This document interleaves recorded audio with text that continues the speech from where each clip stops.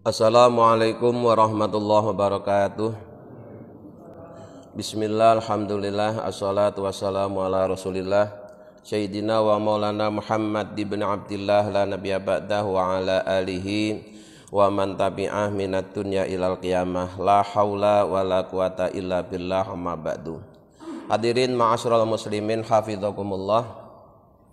Melanjutkan penjelasan tentang ilmu yang hukum mencarinya atau hukum mempelajarinya fardu ain.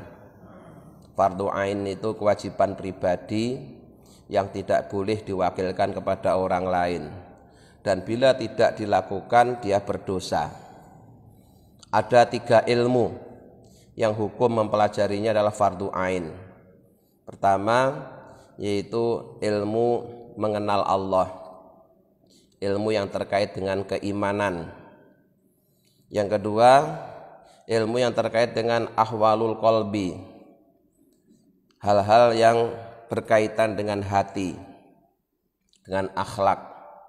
Kemudian yang ketiga, ilmu syariat, ilmu yang mengatur tentang tata cara kita beribadah dan juga tata cara kita bermuamalah. Pada pengajian yang lalu sudah kami bacakan hal-hal yang pokok yang harus dikenali oleh seorang mukallaf terkait dengan Allah, yaitu mengenal Allah melalui sifat-sifatnya.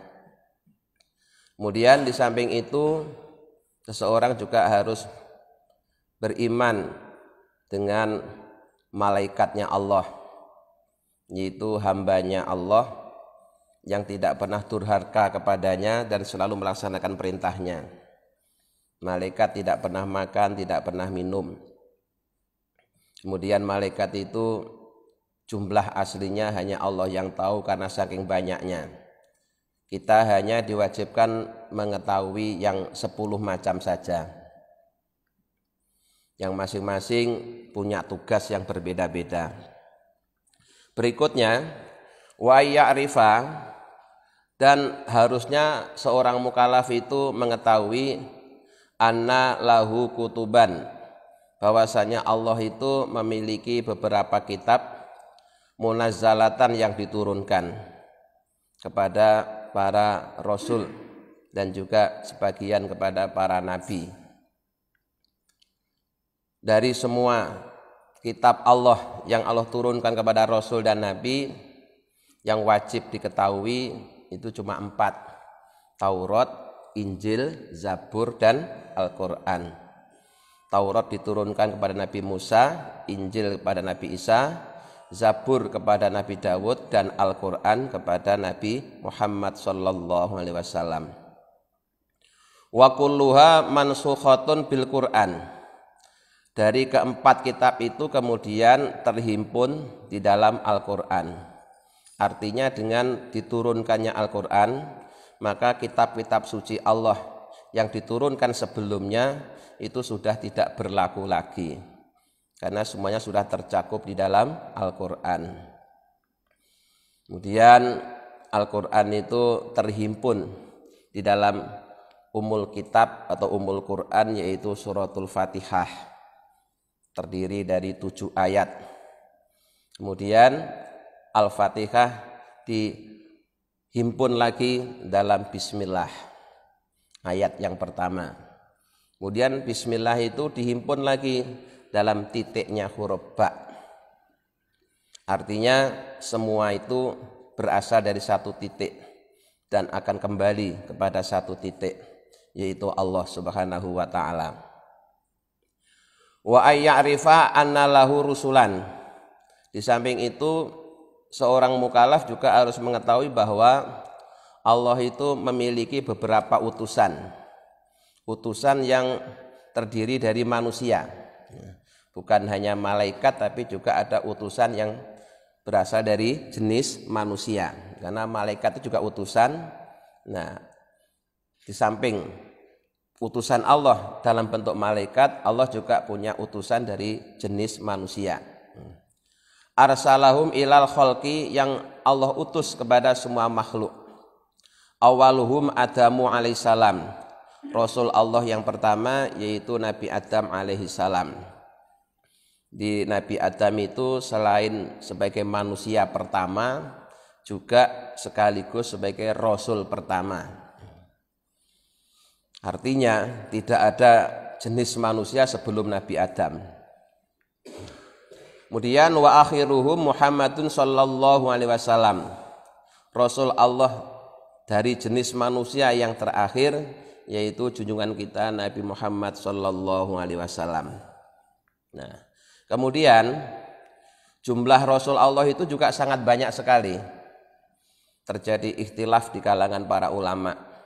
Ada yang mengatakan kalau digabung dengan Nabi itu sampai 125.000, ada yang menghitungnya sampai 200.000. Tetapi dari semua itu yang wajib diketahui nama-namanya dan disebutkan di dalam Al-Quran hanya ada 25 orang. Jadi 25 orang itu yang wajib diketahui namanya. Bukan berarti Rasulnya Allah hanya 25, bukan, banyak. Karena setiap umat manusia dimanapun dia berada, walaupun di pulau terpencil, pada zaman apapun, ya, itu pasti Allah mengangkat salah seorang dari mereka sebagai Rasulnya. Cuma memang sebagian kisahnya disebutkan di dalam Al-Quran, sebagian tidak. Nah, kita hanya diwajibkan mengetahui yang namanya disebut dalam Al-Quran, yaitu hanya 25 orang. Walaupun jumlah Rasul itu banyak, jumlah Nabi itu banyak, semuanya diawali dari Nabi Adam dan diakhiri dengan Nabi Muhammad. Artinya setelah Nabi Muhammad sudah tidak ada Rasul lagi. Setelah Nabi Muhammad sudah tidak ada Nabi lagi. Karena Nabi Muhammad merupakan Nabi penutup, Nabi terakhir. Sehingga kalau setelah Nabi Muhammad ada yang ngaku-ngaku jadi Nabi atau Rasul, berarti pengakuannya itu adalah palsu. Wa anna syari'atahu, dan sesungguhnya syariatnya Nabi Muhammad itu baqiyatun, akan terus berlaku ila yaumil qiyamati, sampai hari kiamat. Jadi berbeda dengan syariatnya nabi-nabi terdahulu. Itu masa berlakunya ada batasnya. Sampai diutusnya Rasul yang baru. Ya. Jadi syariat yang diberlakukan pada Rasul-Rasul sebelum Nabi Muhammad itu hanya sampai Allah mengutus Rasul yang baru. Nah, begitu Allah mengutus Rasul yang baru, maka syariat Nabi yang lama atau Rasul yang lama itu sudah tidak diberlakukan lagi, sudah direvisi. Nah, sementara Nabi Muhammad adalah Nabi terakhir, Rasul terakhir, maka syariat yang dibawa oleh Nabi Muhammad juga berlaku sampai hari kiamat. Nah, kemudian apa perbedaan Rasul dan Nabi? Selama ini penjelasan yang disampaikan itu kurang lengkap. Karena umumnya orang kalau ditanya apa bedanya Nabi dan Rasul, itu jawabnya begini, kalau Rasul itu pasti seorang Nabi, ya. Kalau Nabi itu belum tentu Rasul. Atau jawaban kedua, kalau Rasul itu dapat syariat untuk diri dan umatnya, kalau Nabi hanya untuk dirinya sendiri. Sebenarnya ditambah satu lagi, ya. Nabi itu dapat wahyu hanya untuk dirinya sendiri, dan Nabi tidak membawa syariat. Karena Nabi itu tugasnya melanjutkan syariatnya Rasul yang ada pada masa itu. Ya, jadi kalau statusnya Nabi itu tidak membawa syariat yang baru, yang beda dengan syariat Rasul sebelumnya, itu tidak. Tugas Nabi itu hanya melanjutkan syariat Rasul yang sudah Allah utus sebelumnya. Ya. Beda kalau Rasul, itu Rasul Allah beri, ya, syariat baru yang beda dengan syariat yang dibawa oleh Rasul sebelumnya. Walaupun terkadang syariat itu juga berlaku untuk semua Rasul, itu juga ada. Misalnya kayak syariat berkorban, itu sudah ada sejak zaman Nabi Adam sampai zaman Nabi Muhammad. Hanya saja barang yang dikorbankan itu yang berbeda. Jadi kalau di zaman Nabi Adam yang dikorbankan itu sesuai dengan profesinya. Artinya kalau dia seorang petani, maka yang harus dikorbankan adalah hasil pertanian. Kalau dia seorang peternak, maka yang dikorbankan hewan ternak. Dan Nabi Ibrahim itu termasuk seorang nabi yang peternak. Ya, jadi hewan piaraannya itu sangat banyak, maka Nabi Ibrahim pun berkorbannya juga menggunakan hewan ternak. Kemudian dilanjutkan sampai ke Nabi Muhammad SAW. Jadi syariat para rasul itu ada yang terus berlaku sejak Nabi Adam sampai Nabi Muhammad, ada juga yang direvisi oleh rasul yang baru. Yang jelas setiap rasul itu membawa syariat yang berbeda dengan syariat yang dibawa oleh rasul sebelumnya. Kalau nabi itu hanya melaksanakan syariat rasul, tidak dibawain syariat yang baru. Wa ayya'rifa anna su'ala munkarin wa nakirin hakun. Seorang mukallaf juga harus mengetahui bahwa pertanyaan malaikat munkar dan nakir di alam kubur itu sesuatu yang benar adanya. Mukallaf itu orang Islam yang sudah akil balik, berakal sehat dan sudah cukup umur, namanya mukallaf. Wajib meyakini bahwa salah satu tahapan seseorang ketika sudah meninggal dunia, ya, setelah dikuburkan, dia akan menghadapi pertanyaan malaikat munkar dan nakir. Nah, kemudian perlu saya tambahkan, apakah semua orang yang mati itu pasti ditanya oleh munkar dan nakir? Jawabannya tentu saja tidak. Dilihat dulu orangnya. Kalau orangnya itu seorang rasul atau nabi, ya tidak mungkin kemudian ditanya dengan pertanyaan yang standar. Ya. Masa terus Nabi Muhammad ditanya siapa Tuhanmu? Tidak mungkin kan? Ya, atau siapa nabimu? Dia sendiri seorang nabi, masa ditanya begitu? Tentu saja tidak. Ya. Jadi rasul, nabi itu ya tidak ditanya di alam kubur. Sedangkan sahabat Nabi saja, Umar bin Khattab, ya, itu ketika ditanya oleh munkar dan nakir dengan pertanyaan yang standar itu tersinggung. Umar bin Khattab tersinggung. Apa kamu nggak tahu? Saya itu waktu hidup dunia temannya Rasulullah, mertuanya Rasulullah. Masa masih ditanya siapa Tuhanmu, siapa nabimu? Jadi yang ditanya oleh munkar dan nakir di alam kubur itu ya awamul mukminin, ya. Umumnya orang-orang yang beriman. Tapi kalau setingkat rasul, setingkat nabi atau walinya Allah, ya tidak ditanya, udah tahu. Ya. Atau kalau toh ditanya itu sifatnya hanya mencocokkan. Apakah Bapak bertuhankan Allah? Kita tinggal jawab ya. Nah, apakah Bapak berkitabkan Al-Quran? Jawabannya ya. Tinggal gitu saja.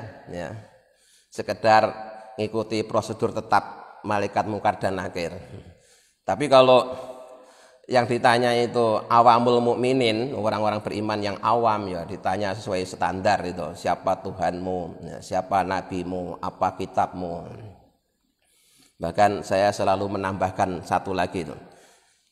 Ini untuk motivasi anak-anak supaya mau belajar baca Quran. Nanti itu malaikat munkar nakir tanya, apa kitabmu? Terus kita jawab Al-Quran. Akhirnya sama malaikat munkar nakir diambilkan Al-Quran, suruh baca.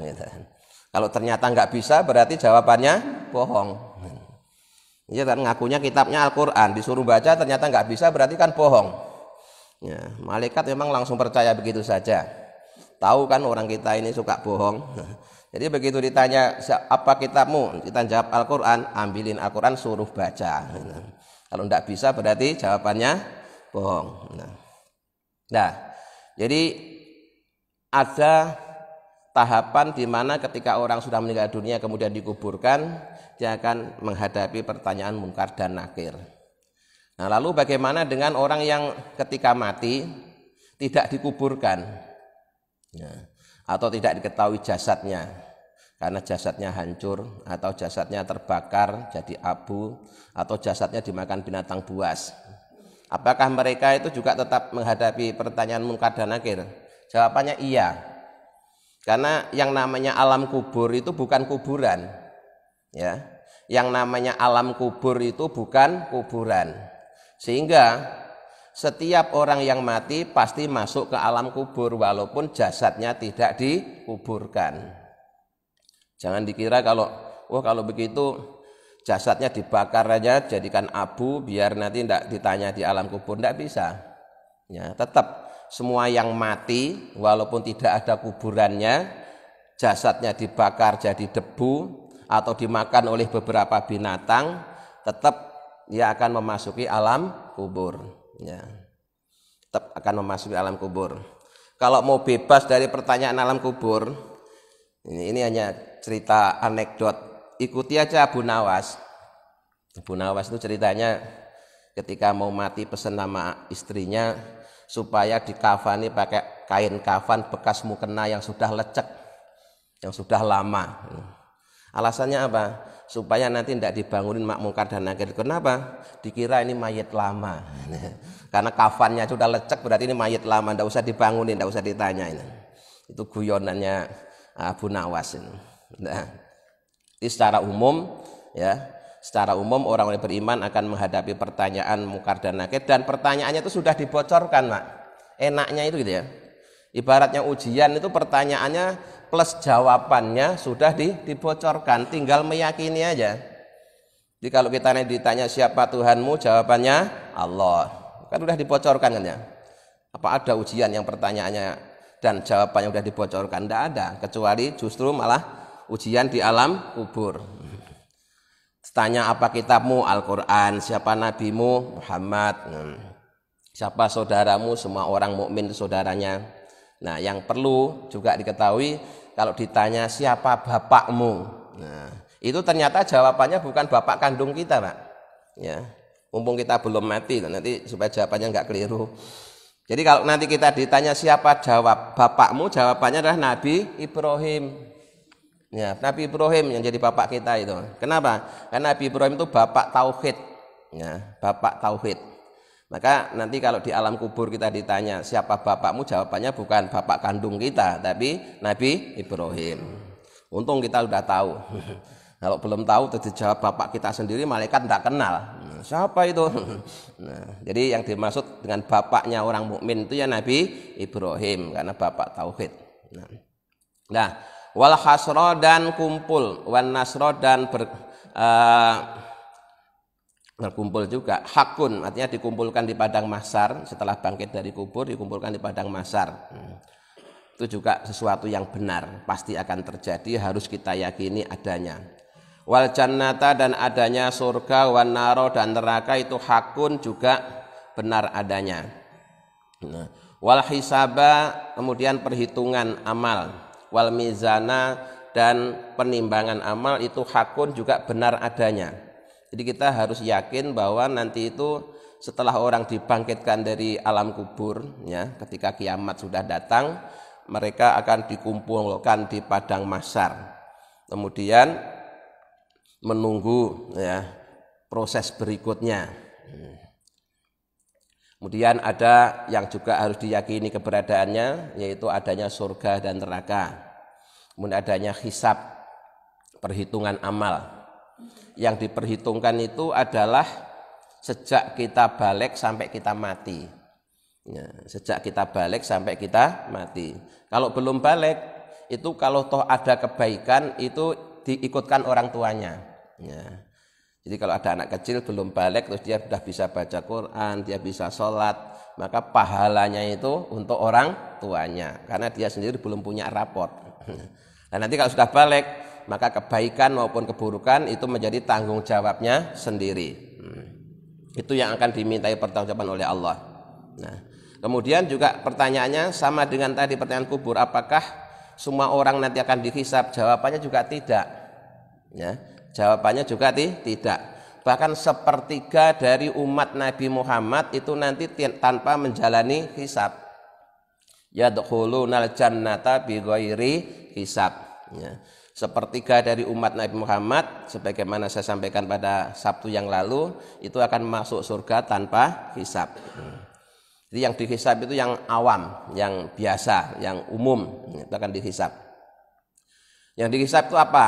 Setidaknya 4 ya. Itu umurnya dihabiskan untuk apa?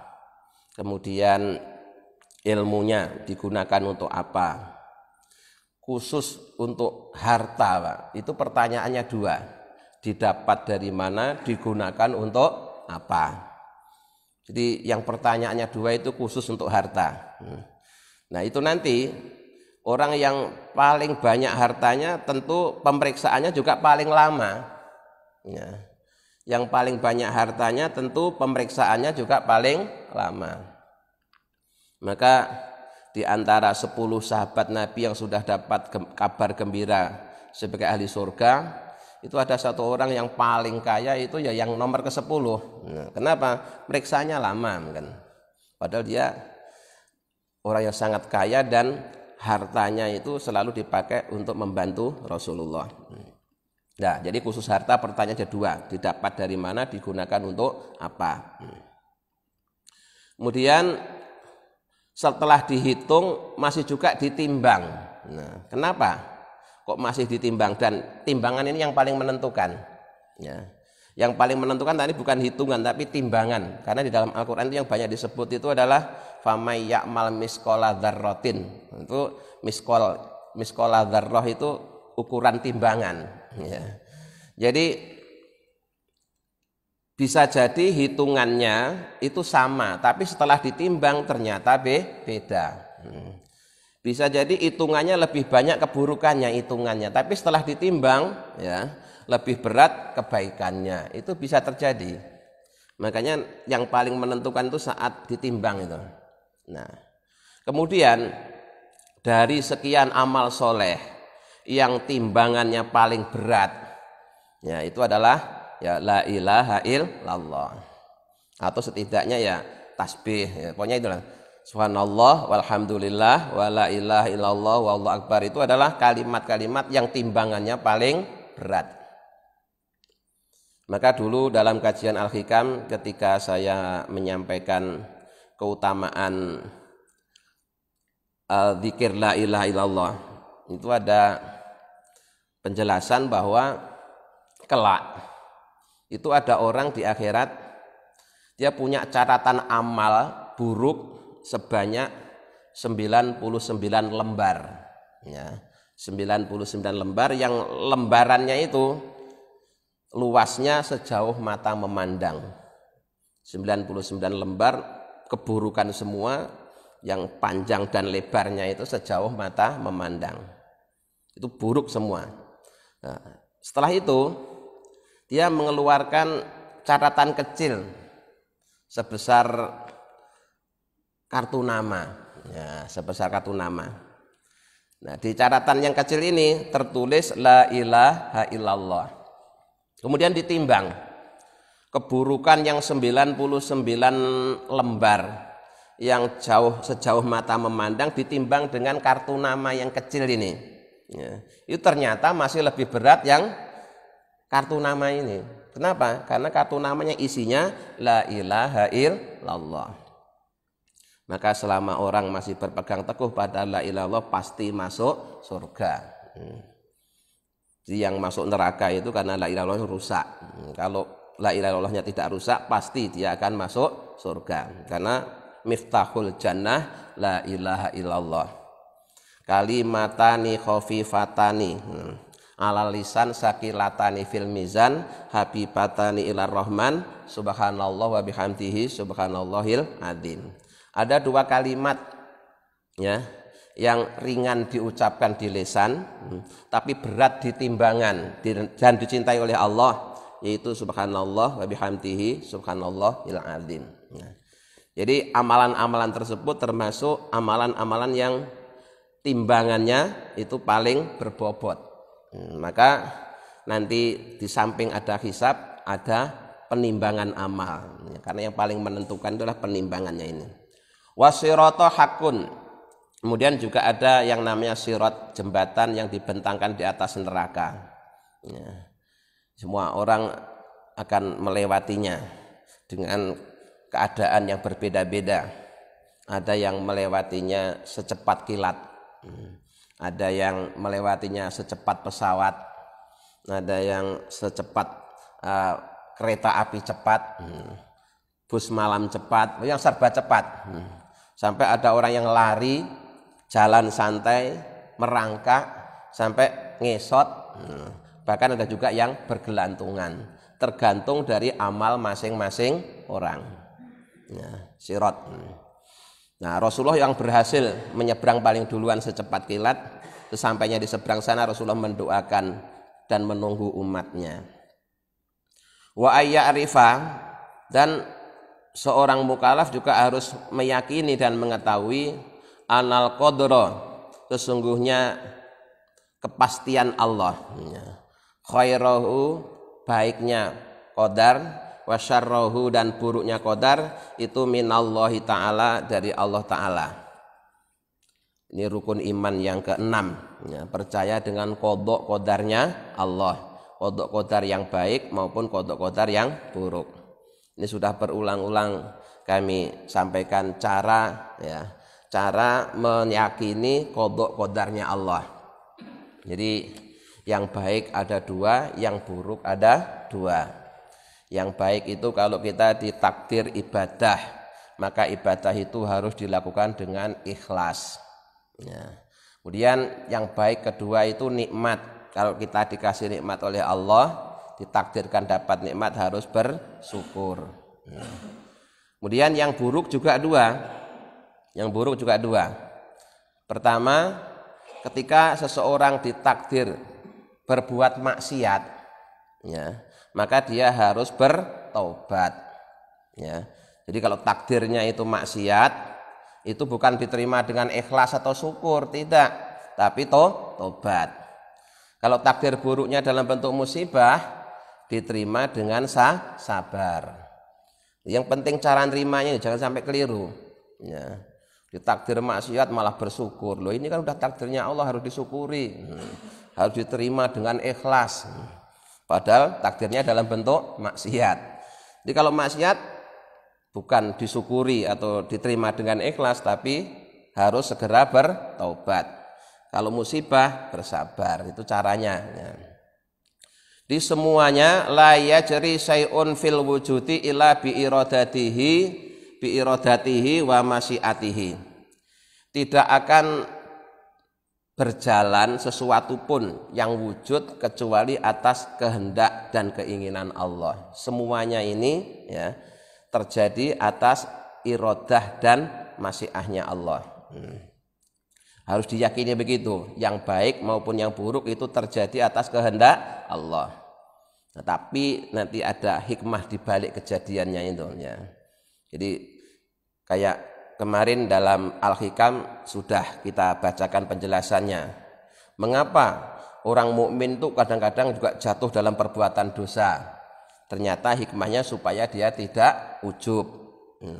Karena kalau dia selalu benar, selalu baik, maka akan muncul ujub, dan ujub itu dosanya lebih besar. Maka sengaja Allah kadang-kadang orang itu walaupun sudah soleh, sudah baik, kadang-kadang Allah jatuhkan dalam perbuatan maksiat supaya dia segera bertobat, dan selain itu dia sadar bahwa dia juga bisa sewaktu-waktu jatuh dalam perbuatan maksiat, sehingga ibadahnya, kesolehannya tidak menjadikan dia ujub. Nah, ini ringkasan yang terkait dengan masalah keimanan. Sekarang wa amma ilmu ahwalil qalbi, adapun ilmu tentang kondisi rohani atau kondisi hati seorang, fa huwa ayya'rifa sasu annalil qalbi akhlaqon mahmudatan, yaitu seyogyanya bagi setiap orang yang sudah mukallaf mengetahui bahwa hati manusia itu memiliki akhlak yang terpuji. Fayaf'aluha, kemudian dia melakukannya. Karena baik dan buruknya seorang itu dimulai dari hatinya. Maka kalau ada orang berbuat baik, yang dipuji itu adalah hatinya. Dia orang yang baik hati. Walaupun yang melakukan kebaikan itu tangannya, misalkan tangannya suka menolong, suka berderma, tapi tetap yang dipuji itu dia orang yang baik hati, bukan baik tangan. Kemudian peringatan-peringatan di mana-mana juga selalu yang diingatkan itu adalah hatinya. Hati-hati banyak lubang, hati-hati jangan jalanan licin. Kenapa kok yang diingatkan hatinya kok tidak matanya gitu? Ya, mata-mata jalanan licin kan enggak begitu, ya. Tangan-tangan banyak lubang, enggak begitu. Selalu diingatkan hatinya. Karena memang baik dan buruknya seorang dimulai dari hatinya, selamat dan tidak seorang juga dimulai dari hatinya. Wa akhlaqon madmumatan, di samping hati itu punya akhlak yang baik, yang terpuji, juga punya akhlak yang buruk, yang tercela. Fayataba'atu anha, maka setelah tahu kemudian dia wajib untuk menjauhinya, menghindarkannya. Jadi tidak sekedar tahu, tapi setelah tahu harus yang buruk ditinggalkan, yang baik dikerjakan gitu. Nah, kalau kemudian seseorang sudah tahu keburukan tapi kok masih dikerjakan juga, itu faktor apa yang menjadikan dia tetap berbuat seperti itu? Berarti dia tidak dapat hidayah dan taufik dari Allah, sekedar dapat pengetahuan, ya. Sekedar dapat pengetahuan bahwa korupsi itu keburukan. Tapi kalau orang itu nggak dapat hidayah dan taufik, ya tetap korupsi. Sekedar dapat pengetahuan bahwa menipu itu keburukan, tapi kalau dia nggak dapat taufik dan hidayah dari Allah, ya tetap melakukan penipuan, curang dan lain sebagainya. Maka sekedar tahu itu tidak cukup, ya. Sekedar tahu tidak cukup, masih perlu dengan yang namanya taufik dan hidayah dari Allah. Maka biasanya setiap pengajian ditutup dengan wabillahi taufik wal hidayah. Setelah Bapak tahu yang ini baik, yang ini buruk, soal nanti yang baik dikerjakan, yang buruk ditinggalkan, itu tergantung taufik dan hidayah dari Allah. Maksudnya begitu. Tidak jaminan bahwa yang tahu kebaikan kemudian pasti melakukan. Tidak jaminan juga yang tahu ini keburukan kemudian dia meninggalkan. Masih tergantung dengan satu lagi, yaitu taufik dan hidayahnya Allah. Maka taufik dan hidayah Allah itu sangat penting. Amal mahmudatu, adapun akhlak-akhlak yang terpuji, fakatawakuli, seperti halnya bertawakal Allah Ta'ala kepada Allah Ta'ala, berserah diri kepada Allah Ta'ala. Ini kewajiban hati, ya. Tawakal itu kewajiban hati, sedangkan ikhtiar itu kewajiban jasmani. Ya. Jadi ada kewajiban rohani, ada kewajiban jasmani. Rohaninya tawakal secara total kepada Allah, jasmaninya ikhtiar secara maksimal, gitu cara prakteknya itu. Karena kalau tidak begitu nanti akan berbenturan, ya. Alasan tawakal kemudian tidak mau ikhtiar, atau kemudian dia menghakimi kalau ada orang ikhtiar berarti dia tidak tawakal, itu salah semua, ya. Salah menempatkan. Jadi ada yang sifatnya kewajiban rohani, ada yang sifatnya kewajiban jasmani. Tawakal itu kewajiban rohani, ikhtiar kewajiban jasmani.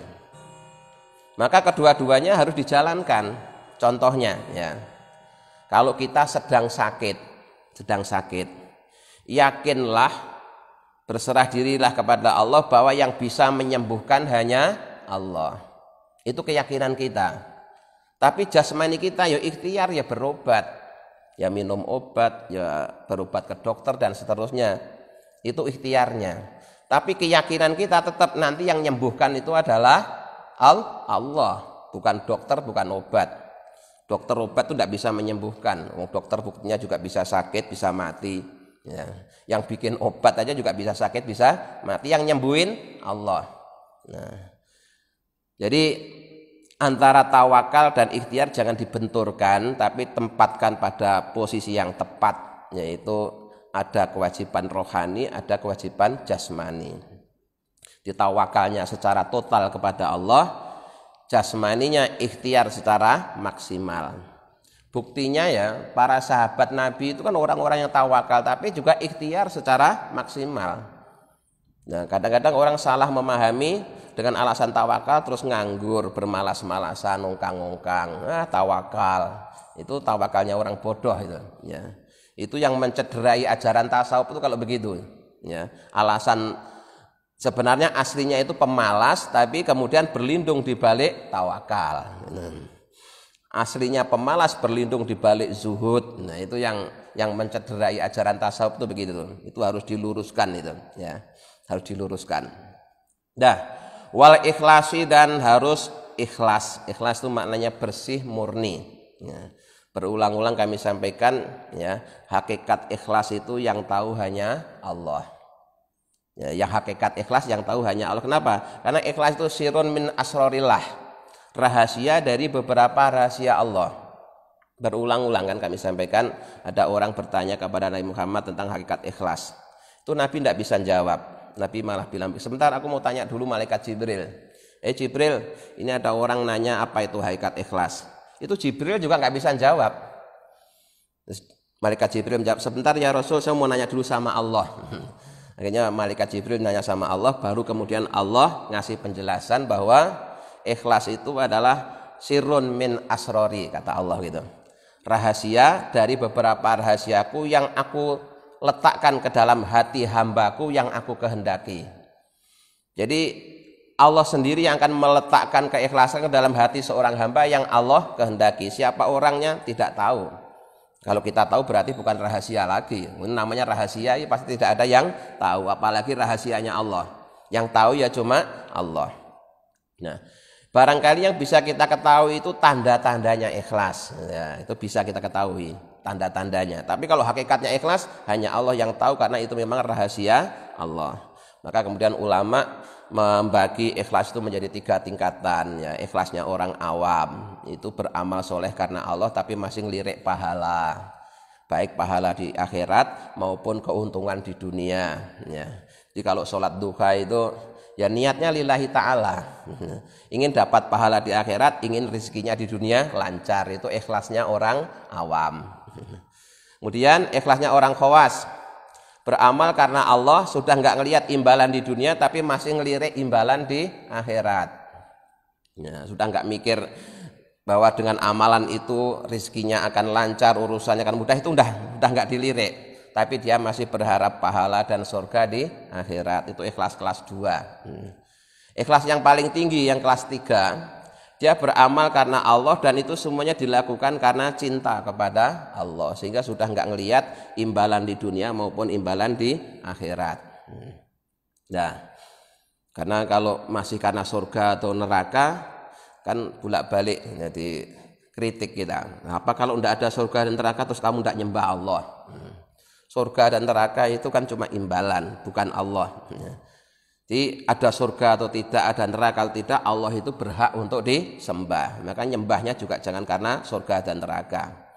Nanti kalau tiba-tiba Allah berkehendak surga dan neraka saya hapus, apa terus kemudian kita perai ibadah? Kan tidak. Allah itu memang punya hak untuk diibadahi. Nah, walhamdi, dan selalu memuji, wasyukri, dan selalu bersyukur. Memuji itu bagian dari syukur. Memuji itu dengan ucapan. Kalau syukur itu tidak hanya sekedar ucapan tapi juga dengan keyakinan dan perbuatan. Jadi syukur yang sempurna itu pertama meyakini nikmat yang diterima itu merupakan anugerah dari Allah, bukan hasil usahanya sendiri. Kedua, nikmat yang didapat dari Allah itu digunakan untuk beribadah kepada Allah. Kemudian baru ketiga, dia bersyukur dengan mengucapkan alhamdulillah, berterima kasih kepada Allah. Ala ni'ami, atas nikmat-nikmat, wa taubati, dan bertaubat. Taubat maknanya kembali kepada Allah, kembali ke posisi semula dan kembali ke keadaan semula. Kita dulu itu sebelum berdosa itu masih bersih, setelah berdosa jadi kotor. Maka ketika seorang ingin kembali bersih, proses dari kotor ke bersih itu namanya pertaubatan.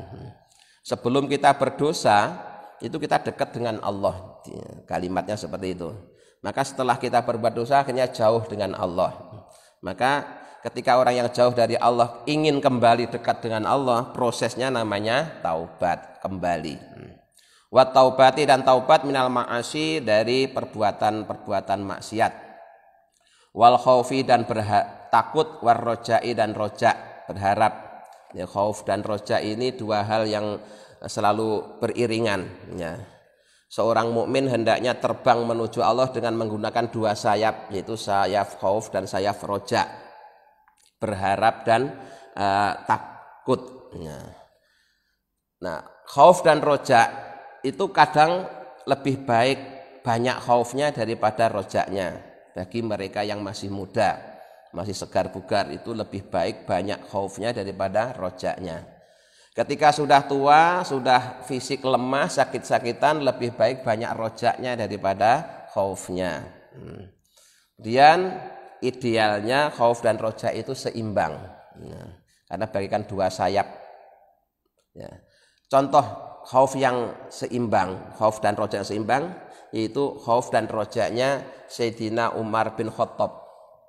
Itu pernah berkata demikian.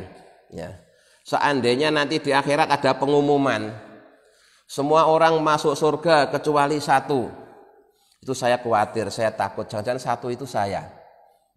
Semua orang masuk surga kecuali satu, kata Umar bin Khattab, jangan-jangan satu orang itu saya. Itu berarti kan takut. Atau sebaliknya, semua orang masuk neraka kecuali satu, nah mudah-mudahan satu itu adalah saya. Itu berarti khauf dan rojaknya seimbang. Tapi untuk kita-kita yang sudah fisik mulai melemah, ini yang perlu diperbanyak itu adalah rojaknya, Pak. Rojaknya, harapan bahwa Allah itu maha luas, Allah maha luas pengampunannya, luas pemaafnya, maha penerima tobat dan seterusnya, itu yang perlu diperbanyak. Termasuk ketika orang sudah sakit yang kecil harapannya untuk sembuh, itu juga harus ditanamkan rojaknya, supaya kalau toh dia meninggal dunia dalam keadaan berharap kepada Allah, itu bisa husnul khotimah. Tapi kalau sudah sakit parah terus malah ditakut-takuti, itu bahaya, itu nanti malah su'ul khotimah. Ini kalau kita jenguk orang sakit yang sudah parah itu, digembirakan hatinya, tumbuhkan rojaknya bahwa Allah maha pengampun, Allah maha penerima tobat. Sudahlah, seberapa dosamu di masa lalu, kalau kamu bertobat, Allah maha penerima tobat, Allah mudah mengampuni dosamu.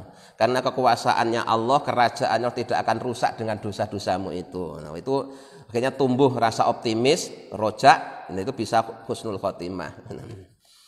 Wazuhdi dan zuhud juga udah sering kita sampaikan. Jadi gampangnya ngomong itu, carilah dunia sebanyak-banyaknya, gunakan secukupnya, sisanya buat orang lain. Seperti bak mandi yang besar dipenuhi dengan air, pakai mandi secukupnya, sisanya buat siapa aja yang perlu mandi. Wasobri dan sabar, wal mahabbati dan cinta, war ridho dan ridho dengan keputusan Allah, bil qadai, dengan keputusan Allah, wa dzikril mauti dan mengingat mati. Ini hal-hal yang penting terkait dengan ahwalul qalbi yang harus dipelajari dan diamalkan oleh setiap orang yang beriman yang sudah mukallaf. Kalau ditinggalkan, tidak dipelajari, dosa.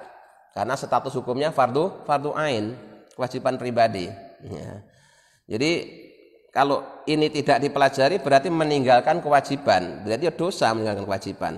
Maka mencari ilmu itu kewajiban yang tidak ada batasnya, itu di situ tuh. Sebelum kita wajib sholat sudah wajib cari ilmu. Nah, makanya kemudian oleh para ulama ilmu itu dikelompok-kelompokkan. Ini yang harus didahulukan, ini yang kemudian, dan seterusnya. Kalau di hadisnya yang masih sangat umum, nyari ilmu itu sangat wajib bagi orang mukmin laki-laki maupun perempuan, itu hadis masih umum.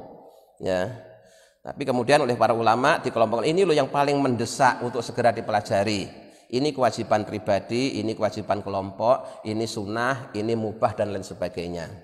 Kemudian kita juga harus mempertimbangkan kemampuan kita dan umur kita. Kalau kita sudah sepuh, fisik sudah lemah, terus masih belajar ilmu alat, walaupun belajar itu baik, tapi kan kegunaannya untuk apa? Sebaiknya kalau sudah sepuh, sudah lemah, ini yang istilahnya itu yang siap saji aja, yang siap saji.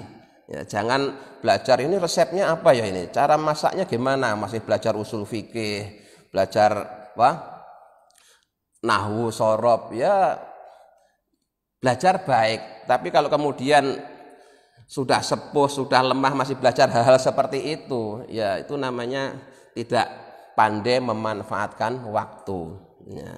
Jadi untuk kita-kita yang sudah sepuh ini sebaiknya kalau belajar cari ilmu-ilmu yang sudah siap saji. Jangan nyari ilmu yang sifatnya masih proses. Ya, masih proses itu kan masih lama. Ya. Dan itu perlu pemikiran, juga perlu kecerdasan, perlu daya ingat dan sebagainya.